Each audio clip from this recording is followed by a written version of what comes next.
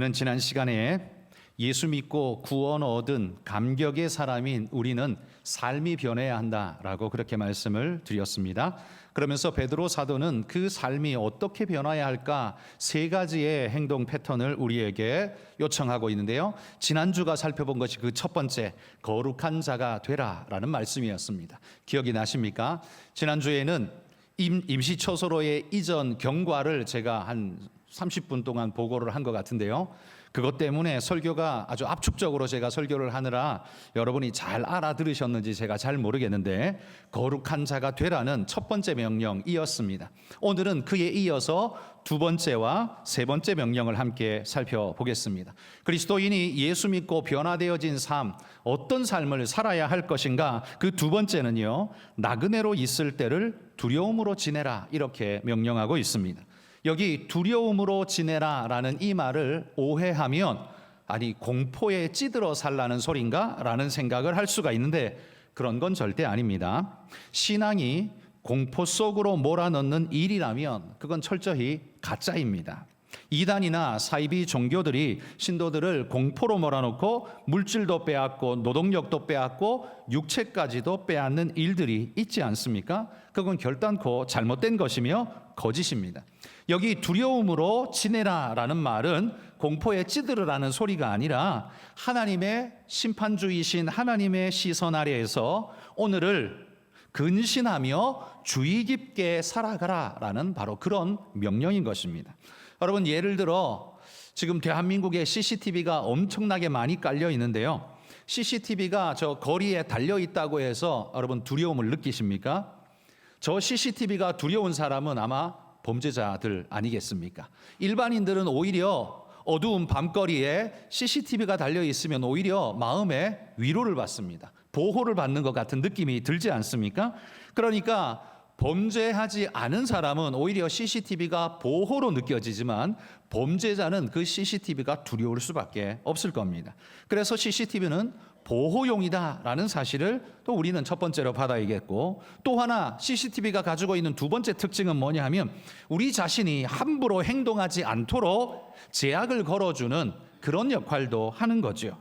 여러분, 우리가 도로에 카메라가 쫙 찍고 있다면 그 앞에서 불법 유턴을 하시겠습니까? 아마 아무도 안 하실 겁니다. 왜? 찍고 있으니까요. 신호를 잘 지킬 것이며 잘못된 행동을 하지 않고 스스로 자신을 주의 깊게 하려고 아마 애를 쓰게 될 것입니다. CCTV의 기능이 보호만 있는 게 아니라 계도의 기능도 있다라는 사실을 우리가 볼 수 있죠. 이 CCTV에 대한 뉴스 기사에 이런 제목이 타이틀이 잡힌 걸 제가 봤습니다. CCTV 설치 지역 범죄율 16% 감소, 경찰 활동 병행 시 더욱 효과적, 이렇게 제목을 잡아놓은 걸 봤습니다.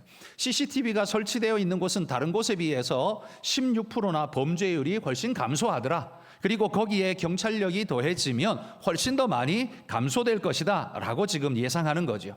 CCTV가 16%밖에 감소를 안 시키나? 저로서는 더 할 것 같은데? 라는 생각이 들기는 합니다만, 적어도 범죄 심리학상 CCTV는 억제 효과가 분명히 있다라는 사실을 증명하는 거죠. 누군가가 보고 있다라는 이 경계심은 내 안에서 일어나는 불법적 욕구를 억제하는데 굉장히 큰 효과를 가져다 주고 있는 겁니다. 지금 베드로 사도가 권면하는 하나님 앞에서 두려움으로 지내라라는 말도 바로 그런 의미라고 보면 될 것 같습니다. 우리 주님께서 우리 나그네 인생길을 불꽃 같은 눈동자로 지켜보며 보호하신다라는 것이 첫 번째 의미이고, 두 번째는 하나님이 보고 계시기에 내가 감히 함부로 아무렇게나 살지 않겠습니다라는 이 두 가지의 의미가 바로 그 속에 들어있는 거죠. 그것을 지금 두려움으로 지내라라는 말로 베드로가 표현하고 있다는 겁니다. 여러분, 그리스도인과 이런 걸 믿고 하나님이 보고 계신다는 걸 믿는 그리스도인과 그런 걸 전혀 믿지 않고 하나님도 믿지 않는 비그리스도인과 삶의 수준이, 삶의 양태가 똑같다면, 살아가는 게 죄 짓는 수준도 똑같고 살아가는 수준이 똑같다면 여러분, 이건 그리스도인에게 큰 수치가 될 겁니다. 저는 비그리스도인이 더 악하다라는 말을 하는 게 아니라요, 하나님이 지켜보신다는 걸 알고 믿으면서도 그들과 똑같이 산다면 이건 한마디로 말해 하나님을 무시하는 일이고 하나님을 대적하는 모양이 되지 않겠습니까? 그들과 똑같을 수가 없는 것이 이게 정상 아니겠습니까? 여러분, 비그리스도인들도요, 우리 그리스도인들에게 기대하는 것이 있습니다. 적어도 너희는 너희가 믿는 하나님의 경전 성경을 보고 그 가르침을 따라 선하게 살아야 하는 사람들 아니냐? 우리는 그런 거 안 믿어도 너희는 그거 믿는다면서 그러면 우리보다 너희가 더 깨끗해야 되는 것 아니야? 그런 삶을 보여줘봐. 이게 바로 불신자들이 우리에게 요청하는 것 아니겠습니까? 저는 이 말이 맞다고 믿습니다. 당연하죠. 그게 맞지 않습니까? 우리는 보여줘야 할 책무가 있는 사람들입니다. 그런데 우리도 인간인지라 마음에 꾀가 듭니다. 그러면 이런 생각이 들죠. 아니 뭐 사람이 사는 게 다 그렇고 그런 거지 어떻게 그렇게만 살아? 사람들은 다 비슷하게 살아. 그러면서 눈 감고 지나가고 싶은 마음이 늘 우리 안에 있지 않습니까? 한마디로 말해 하나님의 CCTV를 꺼버리고 싶은 마음이 우리 마음에 있다라는 말이에요. 그래야 그게 꺼져야 내가 마음대로 살 수 있으니까 그러고 싶은 마음이 우리 안에 있다는 겁니다. 왜냐하면요, 그게 너무 부담스러워 보이거든요. 아는 것 자체 그게 벌써부터 마음에 힘들고 부담이 되거든요. 나는 그렇게 긴장하며 살고 싶지 않고 편하게 살고 싶다, 이런 거죠. 그러나 여러분, 인간이 편하게 사는 것도 좋지만 편하게만 살면 인간에게 안 좋습니다. 그럼 예를 들어 이렇게 생각해 보십시오. 당뇨도 있고 지금 콜레스테롤도 높은 사람이 먹는 것에 절제가 없이 편하게 아무거나 이것저것 마음대로 양껏 다 먹어버린다면 어떤 일이 벌어질까요? 그건 먹는 순간에는 자기에게 자유고 행복이지만 먹고 난 다음에 자기에게는 많은 해를 가져다 주는 일이 되고 말 겁니다. 편하다는 것이 단순히 좋은 건 아니에요. 우리가 아침에 일어나는 것이 그 이불 속에서 나오는 게 싫잖아요. 겨울이면 더더욱 싫잖아요. 그래서 그냥 나 오늘 일하러 안 가고 그냥 계속 뒹굴었으면 좋겠다, 그런 마음에 24시간 중에 20시간을 침대에서 뒹굴었다고 생각해 보십시오. 몸은 안 나오고 일 안 하고 뒹굴어서 편하다라고 말할지 모르지만 그게 인생에 절대 도움이 되는 게 아니죠. 편하게 살고자 할 때 오히려 질병의 율도 높아지고 범죄의 율도 높아지고 내 자세도 삶이 무너지고 그런 일들이 더 많이 일어나는 겁니다. 그러하기에 그리스도인들에게 지금 베드로 사도가 이렇게 명하는 겁니다. 두려움으로 지내라. 긴장감을 가지고 오늘을 살아가라라는 겁니다. 내가 말씀에 비추어 오늘을 바르게 살고 있다면 하나님의 CCTV가 있든 없든 하나님이 보고 계시든 아니든 여러분, 우리는 신경 쓰지 않고 살아갈 수 있을 겁니다. 지금 이 교회에서 나가서 도로로 나가시면 집에 가는 그 과정 속에 여러분들은 아마 수백 번 CCTV에 찍히게 될 겁니다. 그런데 그게 신경 쓰이십니까? 두렵습니까? 걱정되십니까? 아마 아무도 신경 안 쓰고 갈 겁니다. 그렇죠? 우리가 범죄자가 아닌 이상 거기 CCTV가 아무리 많아도 아무 신경 안 쓰고 그냥 지나갈 겁니다. 마음이 편안할 겁니다. 여러분, 우리가 하나님 앞에서도 그러할 수 있기를 소망합니다. 그래서 종교개혁자들은 우리에게 이렇게 말했습니다. 코람데오, 하나님 앞에서라는 라틴어입니다. 우리가 하나님 앞에 서 있음을 인식하면서 살아가는 삶, 그게 바로 그리스도인의 삶이다라고 아주 강조했던 거죠. 여러분, 교회 안에 들어와서 신앙인처럼 사는 건 쉬운 일입니다. 그 누구나 해요. 교회 안에 들어와서 신앙인처럼 사는 건 쉬운 일이에요. 하나님이 보고 계신다. 그것도 훨씬 더 잘 믿겨져요. 그런데 여러분의 직장에서, 여러분의 가정에서, 삶의 터전에서 하나님이 보고 계신다는 게 얼만큼 믿겨지십니까? 그걸 믿고 살아가는 사람이 바로 그리스도인이라는 말이에요. 그래서 그리스도인은 교회 안에서 생활하는 모습이나 직장에서 살아가는 모습이나 그게 다르지 않다라는 거예요. 교회에서는 착한 척하고 직장 가서는 마음대로 살고 그건 그리스도인의 온전한 모습일 수가 없는 거예요. 왜? 하나님은 교회만 보고 계신 분이 아니기 때문이죠. 하나님은 어디서나 우리를 보고 계신 분이시기에 우리는 교회에서 살아가는 삶의 모습이나 교회 밖에서 살아가는 삶의 모습이나 언제나 동일할 수밖에 없는 겁니다. 왜냐하면 동일하신 하나님이 동일하게 보고 계시기 때문이죠. 여러분, 이 코람데오를 믿고 살아가는 사람들의 삶은 반드시 그의 삶이 아마 빛나고 아름다운 삶이 될 것입니다. 유명하고 대단하다는 말이 아니라 하나님의 칭찬받는 귀한 모습으로 살아가시게 될 겁니다. 그리고 그런 코람데오의 정신으로 살아가는 그리스도인들이, 우리 한국의 그리스도인들이 모두가 이런 마음으로 제대로만 산다면 아마 대한민국 이 사회가 훨씬 더 밝아지고 아름다워지지 않겠습니까? 지금 대한민국에 믿는 신자의 퍼센티지가 아마 10몇 프로일 겁니다. 제가 정확하게는 모르겠지만 20%가 안 되는 거는 아마 분명할 겁니다. 10몇 프로 정도 될 텐데, 여러분, 그 10몇 프로의 사람들만이라도 하나님 앞에서 살아간다면, 하나님의 눈을 의식하고 바르게 온전하게만 살아간다면 이 사회에 미치는 영향력이 얼마나 좋겠습니까? 우리 사회 속에는 예수 안 믿어도, 교회 안 다녀도 건강한 인격과 도덕성을 가지고 살아가고자 하는 그런 도덕적인 사람들이 많이 있습니다. 그 사람들이 볼 때의 그리스도인의 모습은 박수 쳐줄 만한 모습으로 보이지 않을까요? 그래, 나도 저렇게 살아야지. 나는 하나님 안 믿지만 그래도 저 사람들이 사는 저런 아름답고 빛나는 모습으로 사는 게 옳아. 그런 마음 가지고 여러분, 그들도 그렇게 우리를 모델을 삼으며 우리의 미치는 영향력 안에서 함께 동참하며 살려 하지 않을까요? 그러면 우리 사회는 분명코 훨씬 더 밝아질 것입니다. 여러분, 우리가 하나님 앞에 바로 산다면, 오늘 베드로가 말하는 것처럼 두려움으로 지내라라는 이 말씀을 분명히 믿는다면, 여러분, 우리의 삶은 하나님이 칭찬하실 뿐만 아니라 세상이 칭찬하는 아름다운 일꾼으로 살아가게 될 줄 믿습니다. 우리 성도님들, 그런 마음으로 사시기를 축복합니다. 세 번째, 그리스도인에게 요구되는, 예수 믿고 난 다음 우리에게 요구되어지는 세 번째 삶의 자세는 뜨겁게 서로 사랑하라, 이렇게 명령하고 있습니다. 여러분, 뜨거운 사랑은 대표적으로 연인들의 사랑이 뜨거운 사랑 아닙니까? 그러나 연인 관계에서만 뜨거운 사랑이 존재하는 건 아니죠. 사실 인간의 삶 전체는 언제나 사랑이라는 이 카테고리 안에서 돌아가게끔 하나님이 창조하셨습니다. 이 세계가 사랑을 빼버린다면 아마 이 세계는 바로 그 즉시 파괴되든 멈춰서게 될 것입니다. 여러분, 만약에 부모가 자식 사랑하는 그 부모님의 사랑이라는 게 없다고 생각해 보십시오. 자식 키울 수 있을까요?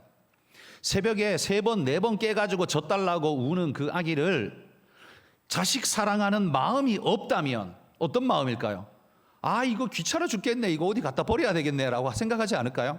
내가 왜 잠을 설치면서 너한테 이걸 해야 돼? 라는 생각 들지 않을까요? 그러면 아마 자식 키울 사람 아무도 없어질 것이며, 아기들은 아마 사망률은 어마어마하게 높아질 것이며, 아마 인류는 거기에서 한 되로 끝나버리는 일이 벌어지지 않을까요? 그런데 이게 사람에게만 그런 게 아니에요. 짐승도 그 자기 새끼를 향한 사랑이 얼마나 극진합니까? 그러니까 모든 세계가 하나님이 만들어 두신 이 사랑의 원리로 돌아가게끔 되어 있다는 말이죠. 부모님의 사랑, 가장 대표적인 이 사랑은요, 식어져 본 적이 없는 사랑 아닙니까? 연인의 사랑이 가장 화끈하긴 하지만 부모님의 사랑은 그만큼의 강력한 어떤 색깔, 이건 아닐지 몰라도 계속되어지는 영원한 뜨거운 사랑이라는 것에는 아마 이의를 다실 분이 없으리라 생각합니다. 저는 연인의 사랑을 예로 들자면 순간 고열의 토치와 같은 그런 사랑이라면, 부모님의 사랑은 상시온열의 상황, 항상 따뜻하게 유지하고 있는 그런 사랑에 비유할 수 있을 것 같습니다. 여러분, 연인의 사랑은 오래 갑니까? 얼만큼 오래 지속됩니까? 뜨거운 감정이라는 건 상황과 여건이 바뀌면 쉽게 바뀌더라고요. 순간 고열의 사랑의 유효 기간이 얼마냐라고 묻는다면 사람마다 다 다르겠죠.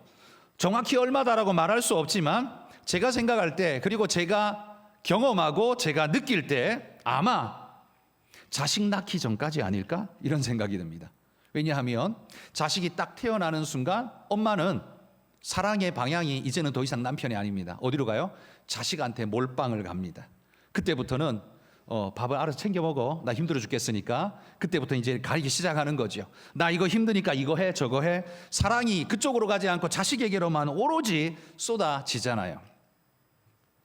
경험해 보셨죠? 여러분, 이 자식을 향한 사랑은 사실 끊임없이 굉장히 뜨겁게 지속됩니다. 저도 저희 부모님이 80대이신데 전화드리면 늘 제 걱정을 하시죠. 밥 먹었냐?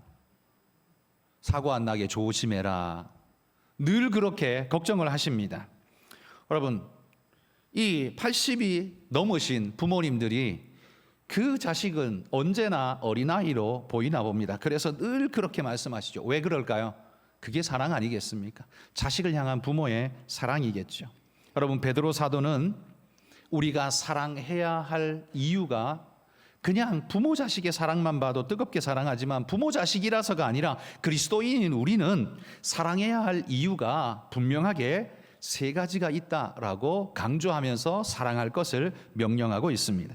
우리가 뜨겁게 사랑하라고 말만 하는 게 아니라 그 이유까지 언급해 주는데요. 세 가지. 첫 번째는 뭐냐 하면요. 23절에 보시면 우리가 하나님께로부터 받은 대속은 썩어질 것으로 된 것이 아니라 영원히 있는 하나님의 말씀으로 된 것이기 때문에 그런 사랑, 그런 은혜를 입은 우리는 마땅히 뜨겁게 사랑해야 한다라고 말하고 있는 겁니다.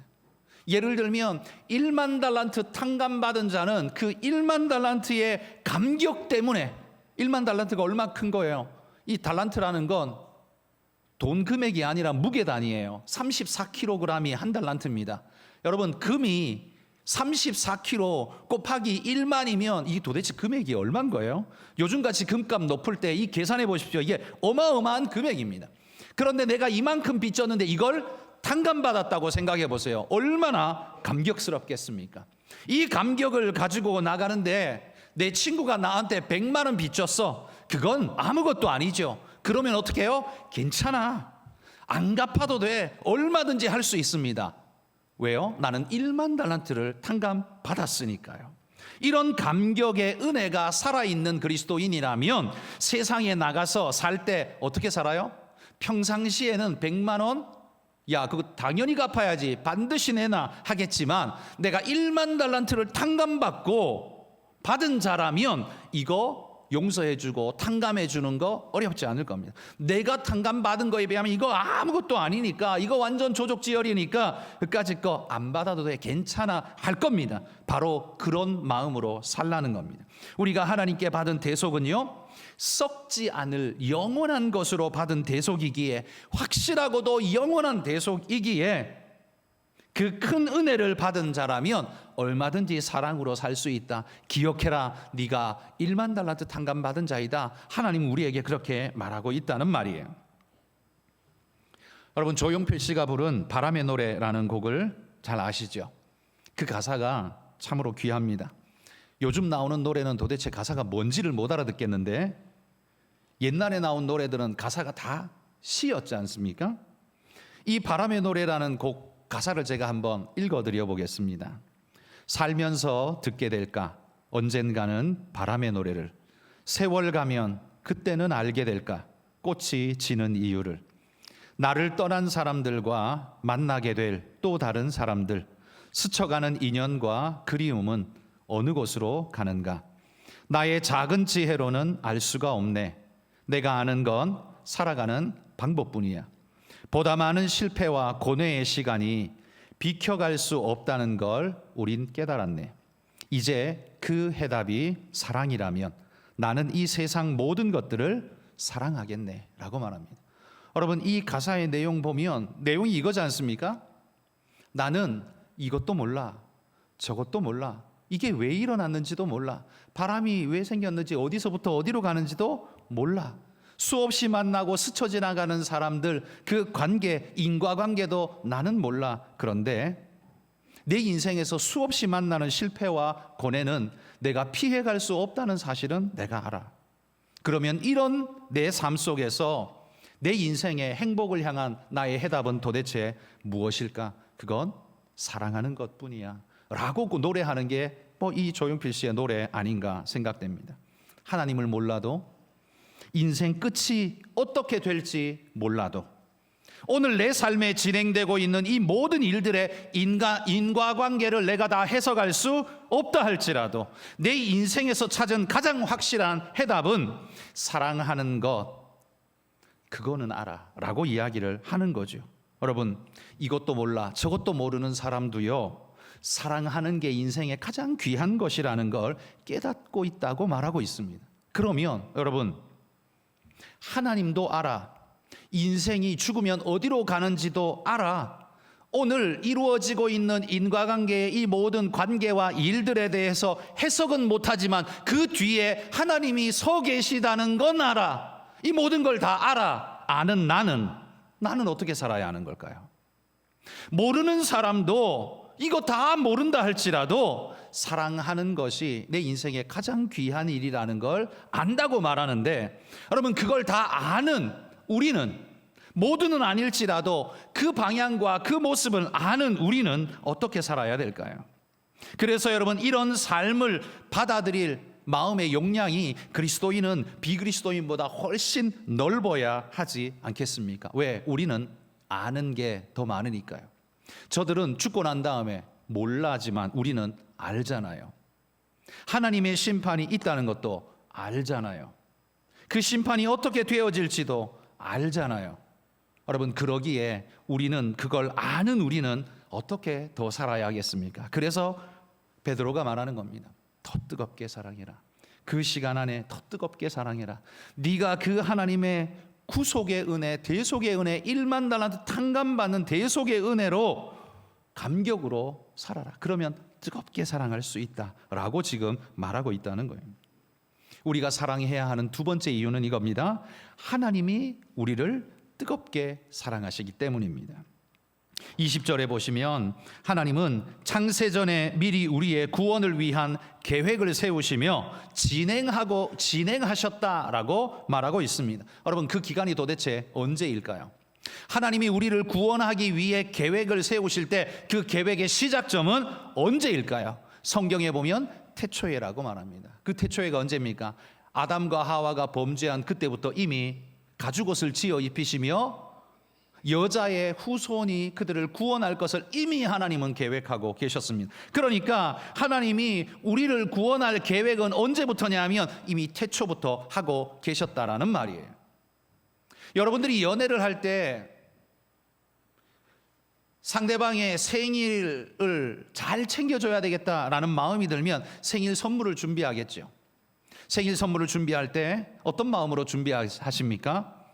흥분된 마음, 기대하는 마음, 감사의 마음으로 하죠. 아, 오늘 또 돈 나가네. 이렇게 한숨 쉬면서 준비하진 않으셨을 거예요. 그렇죠?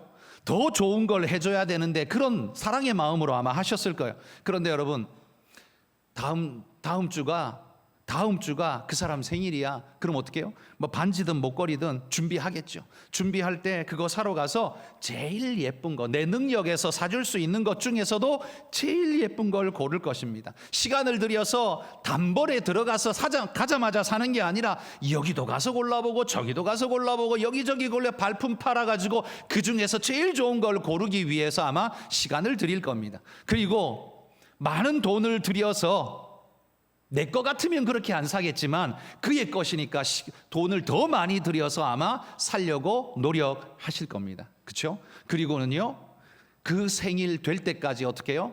서랍에 고이 모셔놓고 때마다 열어서 볼 때마다 가슴이 뛰고 이거 주면 얼마나 좋아할까, 그 기대에 찬 마음으로 열었다 닫았다 하면서 계속 쳐다보면서 그 날만 기다리겠죠. 그리고 그날이 되면 예쁘게 포장된 선물을 들고 가서 그에게 전달해 줄 때 그가 너무 기뻐할 뿐만 아니라 감격의 눈물을 찔끔이라도 흘려준다면 그러면 더 기쁨으로 그 날을 맞이하겠죠. 여러분, 그 생일 선물을 전해주려고 일주일 전에 2주일 전에 준비하는 그것도 그렇게 감격스러운데, 여러분, 우리를 구원하기 위해서 하나님께서 계획하시길 언제부터 했다고요? 영원 전부터 계획해서 영원 동안, 영원한 시간 동안 하나님이 계속 서랍을 열었다 닫았다 하시면서 우리를 기대하고 계셨던 분이 바로 우리 주님이라는 말입니다. 그리고 그 주님께서 이 땅에 오셔서 십자가 지고 죽으심으로 부활과 승천하시고, 성령께서 오셔서 그 구원의 역사를 우리 모두에게 유효케 하는 은혜의 역사로 우리에게 믿게 하실 때, 하나님의 구원 역사는요, 태초에 계획되어서 예수님이 실행하시고 성령님께서 그걸 적용하시며 오늘도 여전히 진행되고 있는 하나님의 러브스토리가 영원 전부터 영원까지 계속해서 진행되어지고 있다는 소리 아닙니까? 한 주간 전에 선물을 사서 가슴 뛰는 마음으로 준비하던 우리와는 차원이 다르게 하나님은요, 영원 전부터 우리의 구원을 위해 준비하시고 사랑하셨다고 말합니다. 그리고 앞으로도 영원히 우리를 사랑할 것이라고 말하고 있습니다. 여러분, 이런 사랑을 우리가 받아 누린다면 내 삶에서 누구를 사랑하지 못할 수가 있겠습니까? 모든 사람을 사랑할 만한 여유가 생기지 않을까요? 하나님 때문에요. 여러분, 우리가 사랑해야 하는 이유는 세상이 우리한테 주진 않습니다. 세상이 우리한테 주는 건 항상 단편적이고 작은 것들입니다. 그러나 근본적인 이유는 항상 우리 하나님이 주십니다. 내가 세상을 사랑해야 하는 이유, 그건 세상이 내게 많은 걸 주기 때문이 아니라, 돈을 매달 수백만 원, 수천만 원씩 주기 때문이 아니라, 하나님 때문에, 하나님의 그 사랑과 은혜 때문에 내가 세상을 사랑하고 세상에 은혜를 끼칠 수 있는 그런 여유와 마음이 생겨나게 되는 거죠. 여러분, 우리가 세상을 사랑할 수 있는, 뜨겁게 사랑할 수 있는 이유는 하나님께 있습니다. 하나님을 모신 여러분들은 그렇게 살아갈 이유를 가진 분이라는 사실을 여러분 잊지 마시기를 축복합니다. 우리가 뜨겁게 사랑해야 할 세 번째 이유가 있습니다. 그건 뭐냐면 오늘 우리가 사는 삶이 금방 지나갈 것이기 때문입니다. 그래서 육체의 시간이 풀의 꽃처럼 금방 지나갈 것이기 때문에 너희는 오늘의 시간을 최선을 다해서 사랑하라라고 말합니다. 여러분, 들판에 핀 꽃은 며칠 동안 핍니까? 화무 11홍이라는 이야기도 있지만 우리나라에서는 꽃이 피면 그래도 며칠은 갑니다. 그런데 저 팔레스타인 땅은 어떻습니까? 저 동남쪽에 그냥 사막이 있습니다. 동남쪽에서 불어오는 바람이 한번 불어오면요, 이게 사막에 이 거친 바람이 불어오면 피어있던 꽃은 전부 다 열풍에 다 죽어버릴 수밖에 없습니다. 금방 말라버리는 거예요. 그러니까 우리처럼 한 열흘쯤 피어있는 게 아니라 그냥 아침에 이슬에 피어났다가 오후에 뜨거운 열풍에 죽어버리는, 그 짧은 시간만 꽃 피어 화려하게 피어났다가 죽어버리는 것들을 이 이스라엘 사람들은 너무 많이 보는 거예요. 그게 인생이다라고 생각이 드는 거죠. 저도요, 우리 교회 온 지가 엊그제 같은데 벌써 제가 11년째 사역을 하고 있습니다. 저는 여전히 제 스스로가 아직 어리다, 젊다, 아직 목표를 향해 더 달려가야 한다, 이런 생각이 아직도 가득한데요, 벌써 10년이 훌쩍 지나버렸습니다. 제가 얼마 안 먹은 제가 봐도 10년이라는 시간이 이렇게 빨리 가는데 우리 어르신들은 얼마나 그 시간이 빠르겠습니까? 이런 시간의 흐름을 느끼는 어른들은 한결같이 이렇게 말하죠. 사랑할 시간도 모자라. 뭘 그걸 가지고 싸우고 그렇게 해. 사랑할 시간도 모자라다 말을 하죠. 오늘이 더 간절하거든요. 그래서 내 옆에 있는 사람들이 더 사랑스럽고 귀중한 거예요. 그 사랑하는 사람들이 옆에 있다는 게 얼마나 소중한 일이 되는지 모릅니다. 나이가 들어야 이걸 깨닫는 것 같습니다. 여러분, 우리가 왜 뜨겁게 오늘을 살아야 합니까? 이유는 우리의 끝이 금방이기 때문입니다. 나이 순대로 죽음이 찾아온다면 다행이겠지만 죽음은 절대 그렇게 찾아오는 게 아니죠. 오늘 예배드리고 집에 가다가 교통사고로 사고가 날 수도 있고, 편안하게 집에서 잠을 자는데 밤에 새벽에 아랫집에 가스가 폭발해가지고 불이 나가지고 아파트 전체가 그냥 불덩어리가 되어버릴 수도 있는 일이고, 무슨 일이 어떻게 일어날지는 아무도 알 수가 없는 일입니다. 그러니 여러분, 우리의 끝은 언제나 금방이라는 걸 마음에 새기면서 살아야 합니다. 그러니 그 짧은 시간 속에 더 큰 차를 타고 더 넓은 집에 살고 더 폼나게 뭘 하고 그것도 물론 의미는 있겠죠. 그런데 그 짧은 시간 안에 그게 가장 귀한 의미는 아니죠. 제일 귀한 의미는 뭐예요? 그 짧은 시간 안에 사랑하며 사는 것. 그 시간이 끝날 때 그래도 후회를 가장 적게 할 수 있는 것, 그건 사랑하는 일일 겁니다. 충분히 내 자식을 사랑해 줬다. 충분히 우리 부모님을 사랑해 드렸다. 충분히 내가 사랑해 줬다라고 말할 수 있다면 그 사람은 아마 가장 잘 산 것이 될 것 같습니다. 여러분, 성도 여러분, 하나님이 오늘 우리에게 베드로 사도를 통해서 세 가지를 명령했습니다. 하나는 거룩하게 살라는 거였고요. 두 번째는 오늘을 두려움으로 지내라. 깨어 지낼 것을 명했고요. 세 번째는 뜨겁게 사랑해라 라고 말합니다. 예수 그리스도의 구속함을 입은 그리스도인들은 이 세 가지의 특징이 살아 있어야 아름다운 삶이라는 사실을 기억하고 여러분 이렇게 살아가시는 분들이 되시기를 주의 이름으로 축복합니다. 기도하겠습니다. 하나님,